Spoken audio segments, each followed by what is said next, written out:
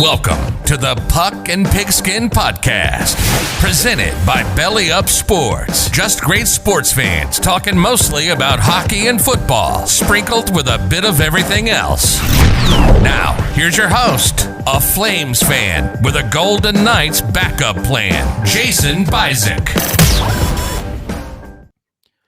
Okay, with me now is Joe Whitbread, who is, of course, if you know him around Red Deer, I would say a local celebrity, all-around funny guy, entrepreneur, etc., etc. Joe, welcome to the show. Thanks for having me, Jason. Looking forward to talking about hockey and baseball and the business of sport today. Yeah, whatever comes up. So, yeah, let's dive right into hockey, shall we? Our Flames are not looking too good at this point. What are your thoughts on them? Yeah, it's a tough year, obviously. I hate to be the bearer of future news, but 3 years ago, I said this wasn't the core that was going to get it done. It's easy to say now, but I truly did say that. I don't believe that it's guys like Johnny Gaudreau and Sean Monahan that are champions, unfortunately. That was proven throughout many playoff attempts, I guess, if you want to call it that, even stretch drives towards the playoffs. A champion truly does bleed or wear their heart on their sleeve, and you can see what a champion is from the past. You can see, in the history of hockey, who are true cup contenders or people who get it done in the playoffs. And unfortunately, save for a couple of backenders, maybe a captain like Mark Giordano's on the back of this jersey. I certainly hoped he would have got traded and gone to a contender. I do believe he's a champion. Unfortunately, hockey, like so many others, is a team sport, and if the team isn't together, then you can't get anything done. Yeah, that's very true. And I have to say that when we signed Jacob Markstrom, my hopes kind of went up for a moment, and then I remembered, oh yeah, we've done this before. We've signed many goalies that were great, and they've all turned out to be flops. Well, and to be fair, I don't know that Markstrom is in the same category as many goalies. I, too, was extremely excited when we made that move, along with others, acquiring former Vancouver Canucks by the half dozen this past summer. But Markstrom, I think, is one of the best, certainly since Kipper back in the day. And early on, he got the job done. In the middle, it was a little soft, like an Oreo. And then late in the season, he's still getting it done. So I think Markstrom is a difference maker. But like I said before, it's a team sport. And if you don't have a well-rounded and deep defensive core, just for regular season, let alone 2 or 3 or 4 rounds of playoffs, and then, of course, forwards who can score, which is many of their jobs when drafted or acquired that way. And in the Flames sense, that's exactly what hasn't happened. So I think there's something broken there. Obviously, I'm not about to speculate what happens when we're not seeing them in broadcast television, but in the dressing room, on the buses, on the airplanes, obviously a shakeup is required. And I would imagine Tree Living will do that this summer. Yeah, you kind of led me right into what my next question was going to be. Do you think it's my understanding that, or my opinion that something changed in Matthew Tkachuk after Jake Muzzin flipped him that puck after that one game. However, I also think that he may be injured. What do you have any speculation on what may be wrong with Tkachuk this year? Yeah, for a guy who wears his heart on his sleeve and plays with so much tenacity, when you're on a team and in an environment where that is not, the food or the beverage of choice each night, day in, day out, then I don't know if you can thrive. We have to imagine Matthew Tkachuk and anyone in the Tkachuk family a lot like a Energizer bunny. They provide energy when battery powered, but that battery is everything from the way he plays the game, gets in the crowd's face. Crowds aren't available. Fan interaction and engagement. I mean, if you think back to that Battle of Alberta, the one that just blew up and made Matthew Tkachuk sort of one of the most hated men in hockey, let alone in the province of Alberta, then you start to realize what feeds his fire is that aggressor role and the instigator role. And that certainly happens on the ice. but it also happens with the fan culture and the media inferno that happens, and through winning. And there hasn't been a lot of winning. There certainly has been no fans, and being able to be fed that culture instead of being fed your lunch by your Alberta rival is probably what I believe has extinguished this year, at least, Matthew Tkachuk. Yeah, and Johnny Gaudreau and Sean Monahan just seem to be non-existent this season. I'm not sure what's going on there either, but do you think Johnny wants out of Calgary? I can take any of these players at their word.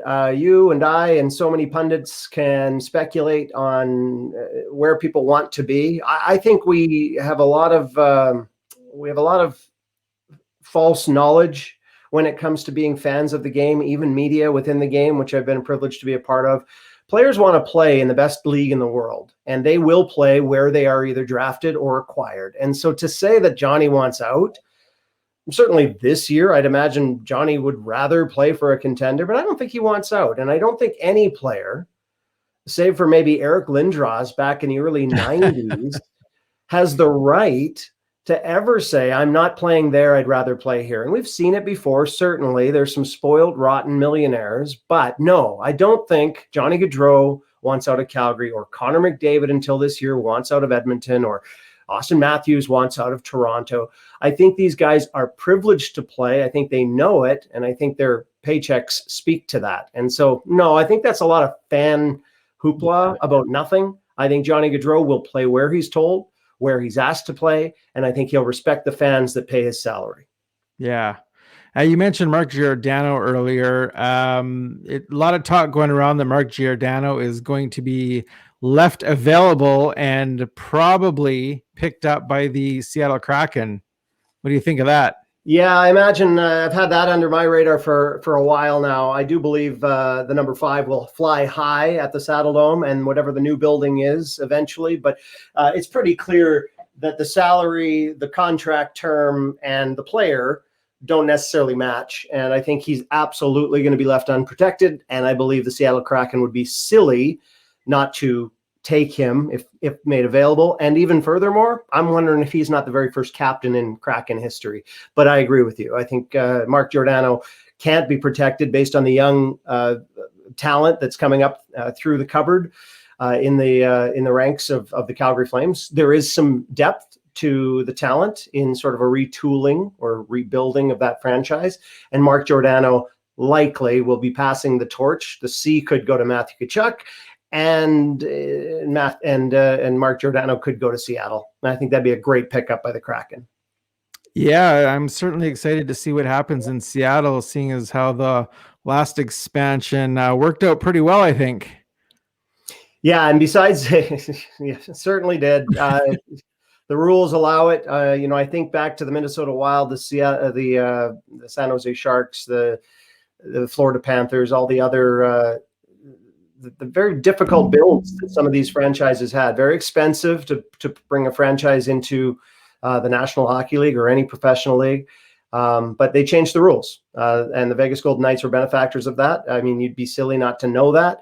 The ability to choose fresh talent right off a roster and build a team that's ready to go, not just within the first 5 years, which was the prediction of the National Hockey League, but within the inaugural season. Yeah. I don't think it'll be the same for the Seattle Kraken. I think it was an anomaly and an incredibly coached team, although there seems to be a black eye on Gerard Gallant, given that he is yet to find another job behind a bench in the National Hockey League. There are a lot of secrets and shadows in professional sports, and I think we've stumbled across one that'll be don't ask questions and nobody tells, and that's unfortunate. But I do believe they were coached very well. They had a great franchise. It goes without saying that Vegas knows the entertainment and the business side of all entrepreneurship, and so the team was poised for success from the drop of the puck. Yeah, I definitely can't wait to go see a game there. I was actually heard on the Fan 960 this morning, they were talking about previous expansion teams and the players that got picked. And I think they talked about the Florida Panthers. Their best player that they picked was John Van Beesbrook. And after that, it was pretty much nobody. Well, and that's because the rules changed. There wasn't those Yeah. players were not available. You weren't allowed the same roster choices. There was more protected players, and I don't exactly know how it was, but I know it wasn't the same. And so Yeah. Seattle has every ability to get better immediately, and part of that is a great business decision by the National Hockey League. Obviously, back in the day, I'm old enough to remember when the San Jose Sharks came to town in 91, 92, and they were awful. Never mind teal, which some say ruined hockey. The San Jose Sharks took the ice and they were awful. They were just awful, and they were the laughing stock, and they were rolled over every time someone came to town. But they did build a franchise. They did build a fan base, and they eventually built an arena at the SAP Center, which I've had the ability to go to. It's a wonderful place, great fan base, really, really entertaining game situations. Yet still no championships, much like the Vancouver Canucks. Yeah. Hey, speaking of arenas, how many NHL arenas have you been to? I counted it up one year. I think I've been to 11, which is incredible. And so far, which is your favorite? My favorite National Hockey League arena. Great question. I'm a historic. I like history, and so I've got my favorite, and I've got the best. So my favorite arena I've ever been to was Madison Square Garden for pretty obvious reasons. Yeah. It's Madison Square Garden, and the best arena I've ever been to was the inaugural season, and I think game number 7 at what was called the Prudential Center, but it's the home of the New Jersey Devils. That building is magnificent. Marble floors on one side of center ice. Horizontally, there's the fire lounge, meant to represent hell of the devil. And on the other side, horizontally of center ice, there's the ice bar. So you have ice, fire, and ice. Wow. You have heaven and hell. And all of the seats have leather and cup holders, and are embroidered with the Devil's logo, and the loge seating. Absolutely magnificent arena. If you ever get the chance, and I don't know why many of your listeners or viewers would, but go see a game in New Jersey. It's absolutely incredible. It didn't hurt that we were special guests of the head coach at the time, Brent Sutter. That makes sense now. I do have one friend and listener that would probably love that and has probably been there, and that would be Ryan McCarthy, who's also part of the podcast network here. How are you liking the divisional play this year? Great question. I like it. I like playing Canadian teams. I don't think any true hockey fan can't like that. I think one thing that might be shared with a lot of your viewers and listeners, though, Jason, is I have accidentally on purpose ignored the rest of the league, and I don't like that. I don't As like. have I. Yeah, and I don't like not knowing how the Minnesota Wild are doing, or how a certain Canadian prospect who has every right to have our attention from Central Alberta, or maybe Vancouver Island, or somewhere else that your listeners and your viewers. We have great Canadian talent. Our neighbor, our nephew, our son, it might be playing in the league, but they got stuck in Columbus or Florida or Detroit. And those are wonderful talents to watch. I feel bad for the Colton Seviers of the world, who are from Red Deer, Alberta, and who we never see or hear about. And they deserve as much credit for their success and as many viewers from their hometowns as possible. And unfortunately, in a time when we're playing in the North Division only, we focus in on Canadian teams thinking those are Canadian players, but they're not. They are every man's league, and unfortunately, every man's team. And that means if you get stuck in Dallas or Anaheim, then we never get to see you play. Yeah. I find myself too getting lost in the North Division. And I think that's mainly because the North Division games are the only games that I see on TV. I don't have access to the NHL Network and all that kind of fancy stuff, so I don't see any of the American games, or I probably would watch the odd game. But yeah, you definitely raise a good point there. So I got to put you on the spot and say, Cup predictions. Who are you predicting to go to the Cup, and who's going to win? Well, every year and I think we all as hockey fans say the same thing. we kind of go around the same couple of teams every year, and then there's sort of a cycle. A few years ago, it was always Detroit or New Jersey or Dallas, and then fast forward 10 years, and we're always talking about Tampa Bay and Boston and Chicago. I'm going to stay on the Tampa Bay Boston vein. I think Boston got real good real fast with the Taylor Hall acquisition. I think he's finally found a place he's comfortable. He's finally found, for the first time in his career, a winning and earning team. Remember that Taylor Hall has almost always, and I mean almost always, been on the team that got to win the draft lottery. This year, for the first time ever, he will be able to sit in June or July or August or September, or whenever we have a draft lottery, and go, it's not me. He's finally found a winning spirit, and potentially he's finally found some success. My prediction is the Boston Bruins for the Stanley Cup. Would not count out Tampa Bay. And my dark horse, although not so dark, is the Edmonton Oilers. Yeah, you raise a good point there. The Edmonton Oilers are definitely rolling right now, as are my dark horse. I'm going to say Colorado Avalanche and Tampa Bay in the Stanley Cup. Oh God, I gotta throw Vegas in there. Like Vegas is. I was just going to say, you have to throw Vegas in there. You have to. But Vegas, Colorado as a Western final is very likely. And I don't know that Colorado hasn't learned some valuable lessons. Mind you, so is Vegas. So you're right. You have to throw Vegas in there. Yeah, they're both very offensive. Probably come down to goaltending in that battle. But yeah, Edmonton definitely got a shot. You think the Leafs are going to do anything, or do you think they're falling apart? The easy answer, and the answer since 1967 is they're going to fall apart. They're good. They have some kinks. A few years ago, somebody in hockey told me you have to get hot at the right time to make a playoff run. I am concerned that the Leafs are going through some major adversity right now, so they're going to be hot when it comes to playoffs. So, and I say concerned because I have said for many, many years, with apologies to any of your listeners or viewers who are Leafs fans, that we are not a better country if the Leafs ever win the Stanley Cup. I believe our kids will hear the anthem in the morning, and they'll have to watch the Stanley Cup parade before they start school in the morning if they ever win in our lifetime. And I certainly hope the Toronto Maple Leafs never do. We are a favorite, Toronto Maple Leaf favored society. I mean, look how much the country went crazy during the Raptors win, the Blue Jays 91-92 back-to-back World Series wins. I think if the Leafs ever win in the internet age, we're all screwed as Canadians. We're going to have to be force-fed, Toronto Maple Leafs television. So with all of that said, and I'm kidding, of course, to a degree, I'm sure I'm getting tweets already about it. The Toronto Maple Leafs look good, but I do believe there is one thing scientific that you could probably prove. I don't have the stats, but I bet you could prove it.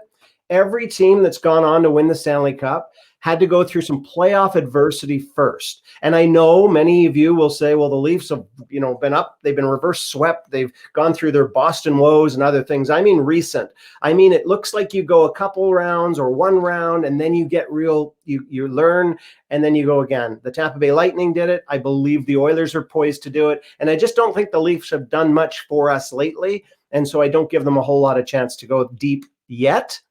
But if they're able to keep that core, and I don't know if they will be, because there's a lot of money coming down the pipe here in a few years, then I think they'll be damn good next year or the year after. Yeah. Just so we're clear on the Tampa Bay doing it, they technically only did it once, I think. No. Yeah, it was in. I mean, it was in. It was in. It was in. You on the flip side of the Toronto Maple Leaf winning the cup, we may never have to listen to the Leafs fan again complaining about the drought and all this and that. We'll always listen to the Leafs. That's a rite of passage if you're a Leafs fan. The complaints and they, frankly, they deserve to. I heard a wonderful stat, and I'm sure Leaf fans know, the only team that doesn't have a colored picture with the Stanley Cup of those teams who have won it is the Toronto Maple Leafs. Their last Stanley Cup was in black and white. Every other team that's won the cup has a color photo, and I think that's hilarious and sad. Now, if they do win it, I think it would be very interesting and a great media marketing move if they take a photo in black and white. I agree with you. I think it's brilliant. Absolutely brilliant. And I mean, they got those horrible gray, silver, blue jerseys. They were reverse retros this year, horrible. And come at me if you go ahead at me on my social medias if you think the Leafs reverse retro silvers or grays or God, they're terrible. Yeah. A lot of those reverse retros are terrible. I do like the Dallas Stars neon jerseys though. What do you think of those? Yeah, we're going there, right? I mean, you and I are from the Red Deer area, and I always look at that stuff and I go, yeah, RDC Athletics did that 6 years ago. Yeah. And that's where it comes from, right? Someone has to have the guts in marketing and business offices at the league level, and then it has to be approved by the league. But we're there.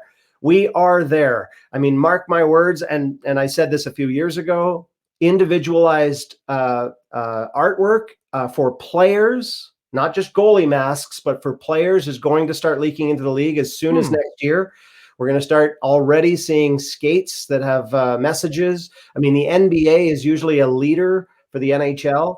I'm not saying I like it. I'm not saying I hate it. All I know is that players have individuality, have no individuality, but goaltenders through the goalie mask and other little elements they can do on their flat paddles of their stick, they have the ability to have individualism, and players have always been omitted from that. So mark my words, individuality is coming for players in the league, only to the dismay of guys like Alexander Ovechkin, who would have loved that 10, 15 years ago.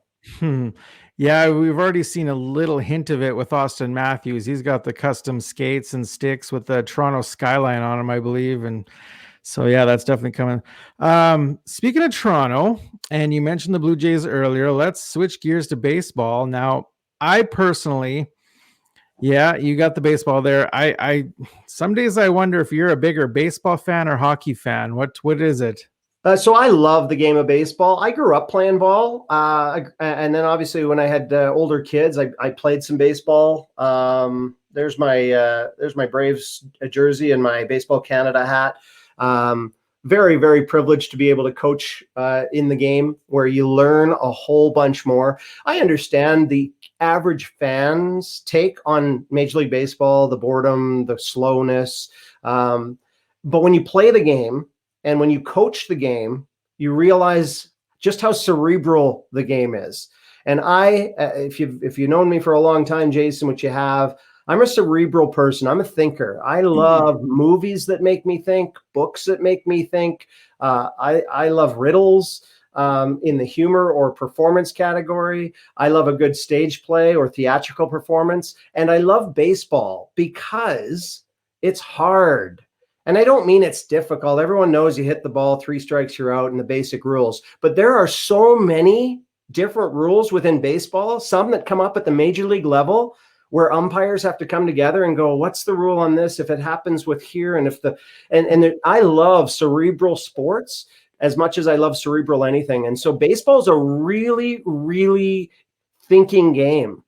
And so for those viewers that are like, I don't really like baseball that much, no offense, but that means you don't have time to think the game, because if you played the game and coached the game and watched the game, thinking about the different pitches that need to be thrown in a 4 or 5 pitch sequence, because you have a hitter who hits from the left side, whose slugging percentage is such and such and so on. All of that actually means something in the game of baseball. And if you take any other sport, you cannot find the same level of statistics, player prowess and skill, and then delivery of more statistics. So I'm not even a stats guy. I don't necessarily like the back of baseball or hockey cards. All I know is it's a very difficult game when you consider a 98-mile-per-hour fastball is coming in and a hitter only has a split second to make a decision, left, right, or center.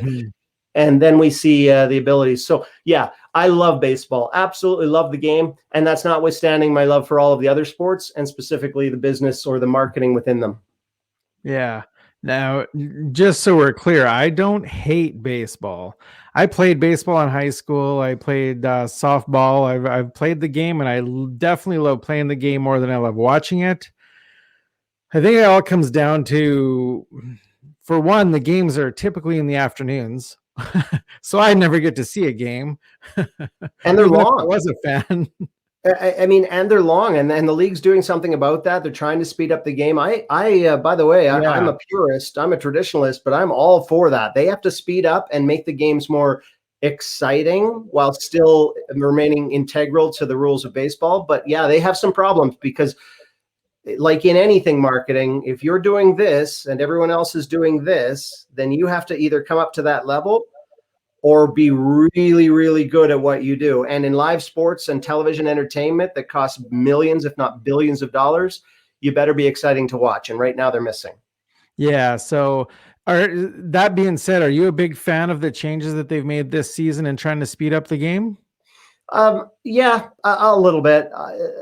I have no issue with change. I am a traditionalist. I believe you need to tuck in your sweater, wear a belt that matches your uniform, never have slouched socks. Make sure that you treat the umpire with respect, because you will get less strike calls or more, depending on whether you're offense or defense. You do have to play the etiquettes of the game if you want the baseball gods to obey, and traditional values need to be kept within the game. However, we are changing. It's not 1910. It's not even 1977. And so we have to change these games to meet the needs of who's consuming them and how we're consuming them. And if we're consuming games on our social channels, on digital mediums, and on subscribed video for television, which won't even be a real word, and if we watch it on a television, but we don't even subscribe to television, instead we're on video streams and digital channels, then we have to change the game to match those frequencies. And we have to change the uniforms, the players, and the things on those televisions as well. I just wish we'd get away from the privilege. I wish we'd re-allow people to purchase a jersey that doesn't cost $283 because you have your favorite name on the back. We have done a disservice to true fans by making everything out of reach. And that doesn't just go for sports, that goes for general society. Yeah, it'd definitely be nice to not pay $14 for a beer at an Oilers game.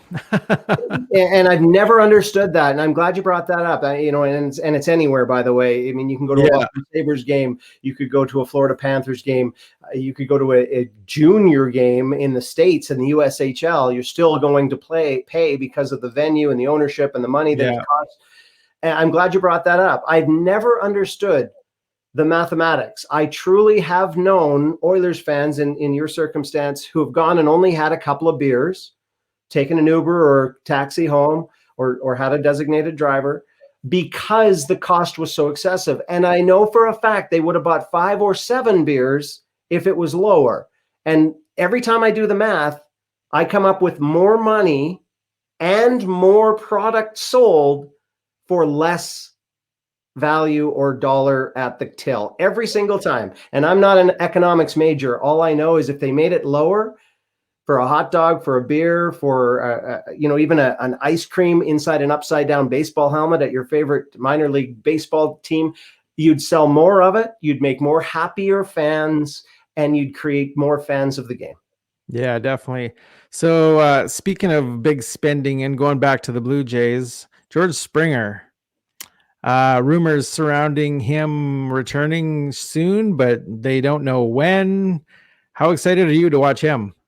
I'm always, there's always so much hype with newcomers. Yeah. And I just actually read an article today about, newcomers in the game, Jack Johnson and Dion Phaneuf. And, Dion has roots in Red Deer with the Red Bulls and other things. But, that article was written back in the early 2000s or the mid 2000s, right? When Dion and Jack Johnson were coming to the league. Were they great players? Certainly at the junior level. You could argue they were average National Hockey Leaguers. So when it comes to Springer or any young buck that's coming into the system, I really, truly don't get all hyped up about it, because they're humans. Life happens. Families happen or don't happen in many cases. And once you start maturing, as you know, Jason, any adult changes both physically, emotionally, spiritually. Some of these professionals at junior or young ranks turn into other people as adults. I know I did. I'm sure you did. And so I never got to play professional ranks, but I know I was a heck of a ball player, and I'm not anymore. And so maybe that does happen at the major league level too. Yeah. So me being the guy that doesn't really pay attention to baseball, and you the guy who does, how are the Jays doing so far? And first of all, let me preface this by saying I pay attention, but in a pandemic, there's so much other stuff to pay attention to, namely life and mental health, that, by saying I pay attention is doing a disservice to those who actually follow them on a day-to-day basis. I'm a baseball fan, but I would much rather go shag some flies with my kids or go play catch with my brother than, tune into a 4-hour baseball game anymore. I'm 45 years old. I love the game, but I'll be honest, I'm not following them day to day. At the same time, I love turning on the radio, doing yard work, and listening to a Jays game. And all I know is each time I hear them, they either win or they lose. And that's about their record. As we talk today, I believe they're just below 500, maybe at 500. And so there's all kinds of promise. What I do know about the Jays is they're exciting again. I do know that Bo Bichette, obviously, Vlad Jr., and some others on the roster have some hot bats again. And it does, for the very first time, remind me of sort of my youth when it was the Alomars and Carters and Olruds of the world. It does look and feel similar. I just don't know if you can recreate that early 90s magic. Yeah. No, you're like me with the Flames. I'm a Flames fan, but I always tell people I'm not a Flames follower. I don't follow everything. I don't know stats. I don't know contracts. Me too. I'm a fan of the game. Yeah, me too, Jason. I appreciate that because, you, like me, run into sports fans. In fact, you'll have some listeners right now who could tell us the depth on the fourth string defense for the New Jersey. That doesn't do anything for me, and I'm glad it does for a lot of people. I'm not, as I said in my baseball analogy earlier, I'm not a stats guy. What I was talking about, what I like about baseball, because those stats matter in the game, and hockey's the same. I like my Flames. I enjoy watching the team. I know what I see that's wrong, but I'm not Daryl Sutter. I can't coach that team, and he's a much better coach than I am. I certainly hope so. I hope so too. So let's take a look at some photos here that I've pulled up of you, and you have no idea which ones I've taken. So this could be very interesting. So first, we're going to start here. Oh, wow. Look at him. And just kind of give us an idea. For those who don't know you, Joe is very heavily into media and has been broadcasting and game day host for the Rebels and all sorts of stuff. Tell me about this photo and tell me where you got your start in media. Yeah, sure. So this is obviously, as it says at the bottom, this is May 19th, 1996. This is my very first year in radio. I was at Country 840 CJXX in Grand Prairie, Alberta. That's the Grand Prairie skyline. Looks an awful lot like most central Alberta towns out that window. You'll notice also this is an analog studio. If you don't know what that means, just have a look at the equipment. We used to splice tapes and use what are called carts. Those are on the left-hand top side. They're a lot like 8-tracks. That was all of our commercial content and splitters and other things. We did have CDs. There's a CD player right by the microphone there. That's a real young guy right there. That's 18. I think he's an 18-year-old, fresh out of SAIT in Calgary, fresh out of the broadcasting school, and with his very first radio show. And while that sounds sexy and nice, understand that I also had, I was starting to raise a young family, had a couple babies up in Grand Prairie, my third here in Red Deer. And this was a wonderful start for me. You have a lot to learn, not just equipment and how to talk on the radio. Yeah, there they are. But you have to also learn how to become a local celebrity like you, and I don't mean that in any egotistical way. There's a lot of roles to play when you're a well-known personality who has a radio show in a community. That's my kids there. They were younger. In fact, that previous picture was from it was Canada versus Canada at the Saddle Dome. You can notice a Team Canada logo. That's the Saddle Dome. That was actually the Olympic tryouts. So on the ice, you can't see them, but on the ice, I mean, number 12 is either Jerome or Eric Stahl, right in behind my daughter there, because there was 2 number 12s. That's Canada versus Canada. It was the red and white game as we prepared to go to the 2010 Olympics, which we eventually, spoiler alert, we won. And that's me and my young family in 2009, because the Olympics were in January of 2010. That was the summer, August 26, 2009, watching the greatest hockey athletes I have ever been in the arena to watch. They're all there. I won't go down the roster, but Jason, you can only imagine what the red and white game, they were going to cut half that team and they were still great. It was incredible. Yeah, 2010, that was a hell of a team, actually. And then this is them, same kids, a little bit older, a lot more facial hair. That's Morgan, Cannon, and Keaton, the pride and joy of everything I do. And we were, this was right at the beginning of the pandemic. And Dad not looking crazy at all with holding that axe. Yeah, there was no cool way to take this picture. I remember when they handed me the axe, I was like, there's no way we can take this safely. So let's just take it. But yeah, I was obviously the winner of the axe throwing, which surprised me. But I told them, well, yeah, obviously.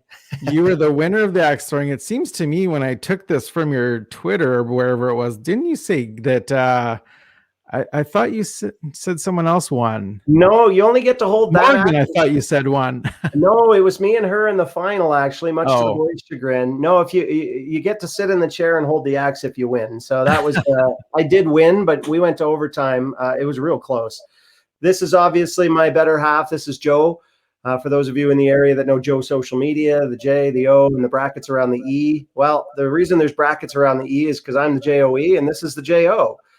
This is taken on a beautiful late summer night at Gull Lake near Lacombe, Alberta, where I live. And Joe's just an incredible human, someone I'm so glad and fortunate to have met both in my personal life and professional life.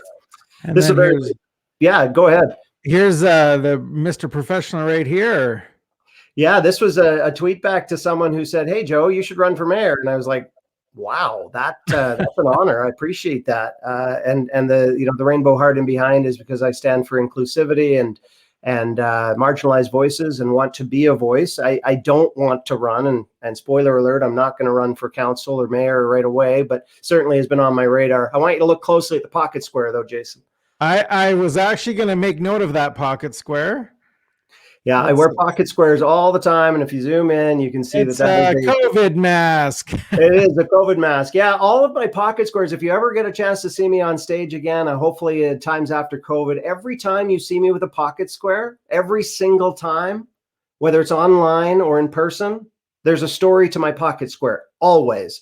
And so maybe next time you see me, you can go, what's your pocket square? Sometimes it's a Barbie dress from my daughter's youth, or maybe a dance costume, or all kinds of different pocket squares. Here I am hard at work online in the time of COVID, just like you, Jason, and so many others. We've had to go online. And so the ring light and the microphone, which I love, have been a part. That's me in my office on some random day doing some random Zoom. Yeah, this picture actually caught my eye right away, and I really like this picture, actually. Oh, I appreciate that. Maybe it's time to repost that. That's it seemed to frame nicely. I was truly on a call, and I always document. Obviously, if you follow me on social, I document my career. I document my many jobs and the hats I wear, and so that was me documenting just a Zoom meeting, but. Like you say, you like the picture, and so it stands out. And then what happens on social media, and part of what I teach in personal branding and online behaviors, is when you see what we do, when we get a chance to actually experience through visuals what you do, then we're more likely to engage, interact, tune in, and in business sense, purchase from you. And so as long as people know what you do and see what you do, then they're more likely to engage with what you do. That's an excellent segue, because I was now going to jump into what you do. What do you do? Explain to the folks, Joe Social Media and the Joe Youth Creative. Yeah, so Joe Social Media was created in 2012, a long time ago in social media years. There's lots of social media experts out there, ninjas, rock stars, people who will be your Instagram influencer. That's not who we are. We were the very first here in Alberta, let alone Central Alberta and potentially Western Canada, to create a digital agency. We knew, because we were seeing it happen, that traditional media was starting to fall. And now we're seeing it everywhere, right? You look around at professional on-air personalities who are taken to YouTube or Twitch. Podcasts are everywhere, and radio shows, unfortunately, and I see absolutely I don't relish it at all, because I used to be on the radio, but they're drying up as people realize, wait, you'll tune into my 4-hour show, commercial free, on a podcasting element, and I get paid for the clicks. And so we were seeing in 2012, way back then, before Instagram, before Snapchat, before many of the social channels started to monetize themselves, we were seeing businesses start to use their voice online. And so Joe Social Media was born as a agency, a place where you could ask questions and book advice when it came to Facebook advertising, and then eventually Instagram and Twitter and other things. And when you think about it, it hasn't changed all that much. We still have 55-year-old entrepreneurs and business owners who own tire shops or optical stores or who are chiropractors, and they're good at what they do. They're good at changing tires, putting on glasses, or whatever it is else that they do. Agriculture and industry runs because of great entrepreneurs in their 40s, 50s, and 60s. Guess what they're not good at? Guess what they have no clue about? Social media. And so our business was forged in 2012 with a site, a head-on direct site for the older demographic of privileged entrepreneurs who are really good at what they do and really terrible at digital. Then 2 years ago, we created the Joe Youth Creative.